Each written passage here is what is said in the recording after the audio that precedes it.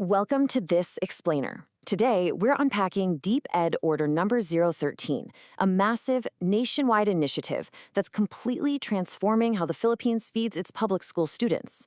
We're looking at a comprehensive policy aimed at taking a deeply rooted public health issue and tackling it, literally right inside the classroom.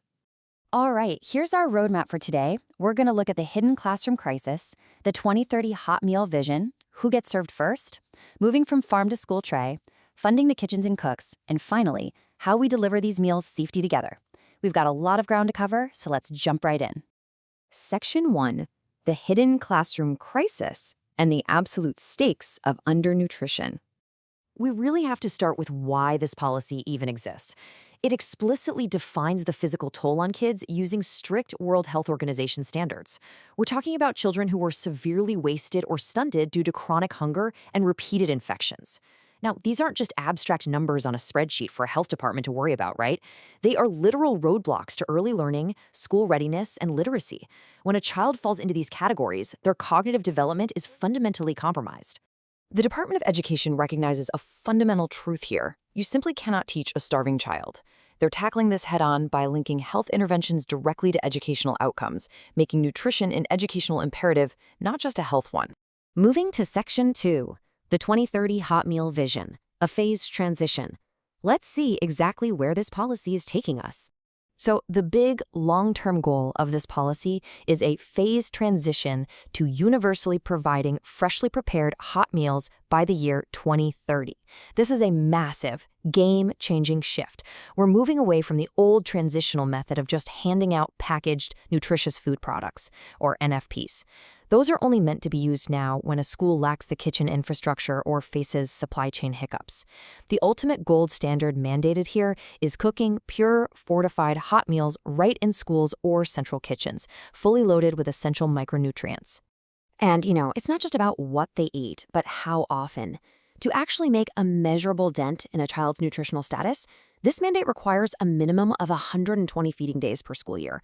And get this, if the funding is there, that can scale all the way up to 220 days. That potentially covers summer remediation programs, so the nutritional support doesn't just vanish the second school is out. Section 3, who gets served first, prioritizing the vulnerable. With millions of public school students out there, who actually gets priority in a logistical undertaking this huge? Well, the policy creates this incredible safety net. It mandates a universal feeding directive for the absolute youngest, meaning all incoming kindergarten and grade 1 learners are covered, across the board. From there, it precisely targets undernourished kids from grades 2 to 6 who are flagged as wasted or stunted. But it actually goes a step further by identifying highly vulnerable groups, learners at risk of dropping out, Indigenous people learners, and even pregnant adolescent mothers. It's a highly strategic allocation of resources to the kids who need it the absolute most. Next up, Section 4, from farm to school tray, the operational blueprint. So how does the food actually get from a local farm to the kids' school tray? It requires a rigorous, multi-stage blueprint.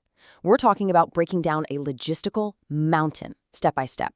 It starts with capacity assessments and local sourcing, moves all the way down to classroom distribution, and includes continuous operational monitoring to track the real-world impact on learner well-being. A really critical piece of this operational puzzle happens right in the middle, cycle menu development. Schools are required to use the Pinggang Pinoy model, which is a visual food guide developed by the government to make sure every single localized menu provides at least 1/3 of a child's daily nutritional needs, utilizing meals that are both balanced and culturally appropriate. Now, here's what's incredibly smart about this: the mandate to buy local. Procurement directly targets local farmers, fisherfolk, and cooperatives. It takes the legislative framework of the Sagip-Saka Act and translates it into real, tangible economic stimulus. The schools get fresh local ingredients for the hot meals, and the local agricultural sector gets a massive, reliable buyer. It is an absolute win-win convergence of education and agriculture. Section 5, funding kitchens and cooks, building capacity. You literally cannot cook millions of hot meals without proper kitchens and dedicated people, right? So the policy actually authorizes the hiring of essential personnel based entirely on the size of the school division. We're talking about everyone from the administrators tracking the funds to the cooks actually preparing those meals every single morning. It turns pages of bureaucratic rules into clear, actionable staffing directives. But alongside the people, you obviously need the physical infrastructure. Cooking for hundreds of kids daily is no joke. That's why capital outlay funds are specifically allocated to physically build or upgrade kitchens. Schools can take underutilized classrooms and convert them into functional feeding spaces, buy utility vehicles and mobile kitchens, or invest in heavy-duty machinery and cold storage. They are literally building the physical infrastructure required to make that 2030 universal hot meal vision a reality. Finally, Section 6, delivering meals safely together, partnerships. The Department of Education knows they absolutely cannot pull off a program of this magnitude totally alone. It relies heavily on shared responsibilities with local government units, NGOs, and civil society. And it formalizes the financial side of these partnerships beautifully. A local government unit can implement the feeding program through a direct fund transfer, where DepEd just gives them the budget up front.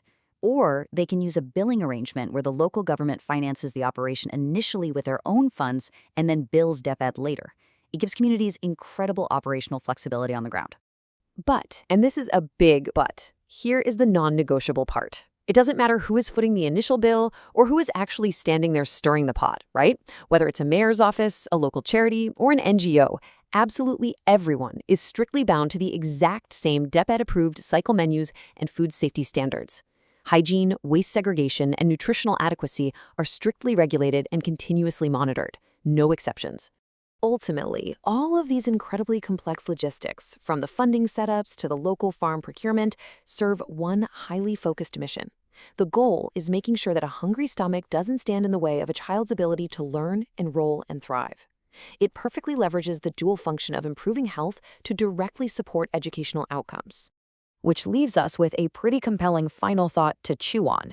As we approach that 2030 target for universal hot meals, how will this massive, community-driven intervention reshape not just the classroom performance of millions of children, but the actual economic future of the nation's local farming communities?